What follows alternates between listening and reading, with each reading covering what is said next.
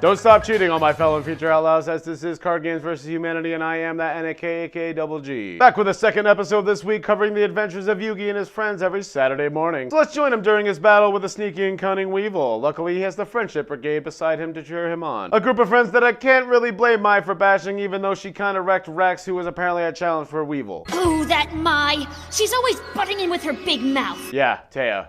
Her mouth. Taya continues to get enraged at anyone who disgraces her Yugi muffin as Weevil lays down his most dangerous insect yet, the larva moth. Being the expert duelist that he is, Yugi knows that this is a trap and activates the monster recovery card to avoid significant damage. Cheating in the process because you're only allowed to target one monster instead of your entire field before drawing cards. Gotta give him credit though, for such a convoluted card to begin with, they almost got it right. Yugi sacrifices this little Karibo without hesitation for the trap.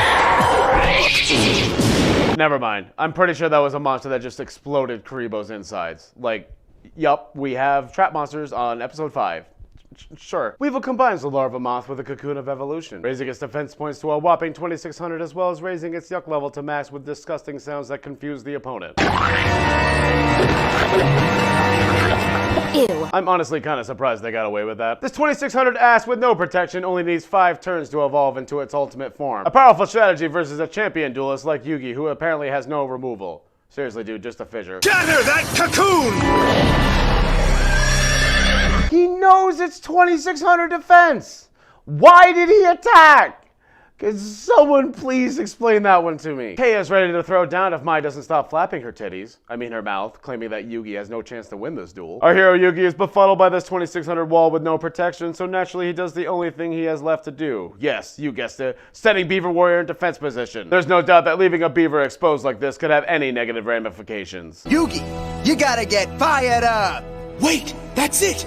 Get fired up! That shitty line from Joey is all Yugi needed to hear to realize he had a good card in his hand. Then, like an episode of Monday Night Raw, right in the middle of a match, we head backstage to where the people were having a promo about the match that we're watching. Huh? Huh?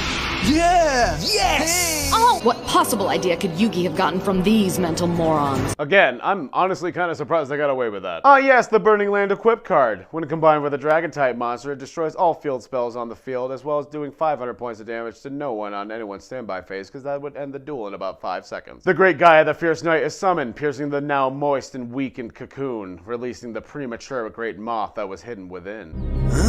See anything? I love how they're looking around, asking if anyone can see anything when they're watching everything happen on a giant fucking dueling arena right in front of them. We're then treated to a clip that I can only describe as the single best way to respond to someone threatening your life. You'll pay for that stinging jab with your life points! Duel! You will pay for that stinging remark with your life. Duel! Yugi wants to take this battle to the sky with a monster that's clearly weaker, because apparently Gaia is the heart of his attack force, even though he's going to need both monsters for the fusion anyways. Weevil attacks with the Great Moth, even though I'm pretty sure it's still Yugi's turn, but Yugi activates polymerization during the damage step, so who the fuck knows who's cheating harder at this point when, oh my god. No! My Beaver Warrior! No! Beaver Warrior!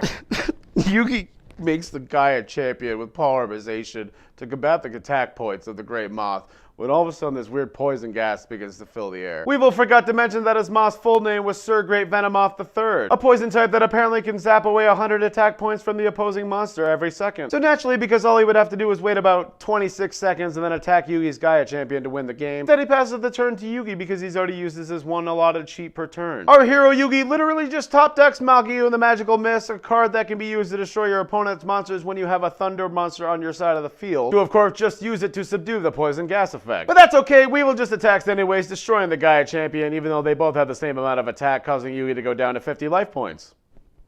What? But it'd be great if we could trade Mai in for life points. Joey Wheeler, making the sale of women funny since 2002. Yugi then says the most single ironic line in the entire series. Especially after spending so much time finding inventive ways to cheat. The self-proclaimed sex god Yugi then summons his most attractive monster, the Summoned Skull. His sexy chiseled abs makes Weevil's Great Moth totally wet, raising his attack points to a girthy 3,500. Weevil's fluttering moth cannot handle such a thick, pulsating burst of electricity and explodes, losing the duel in the process. Weevil then does his best impression of a basic foot soldier grunt dying in an RPG series. The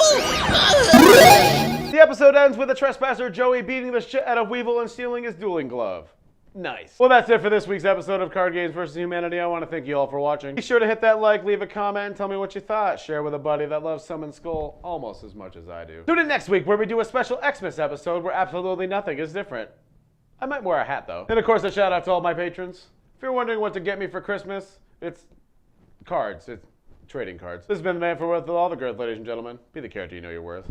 Later. So let's join in on our hero as he battles the sneaky and cunning Weevil. Luckily, he has the Friendship Brigade, but even though she already wrecked Rex, who was apparently a challenge for Weevil. For Weevil. Jesus fucking Christ, dude. Taya continues to...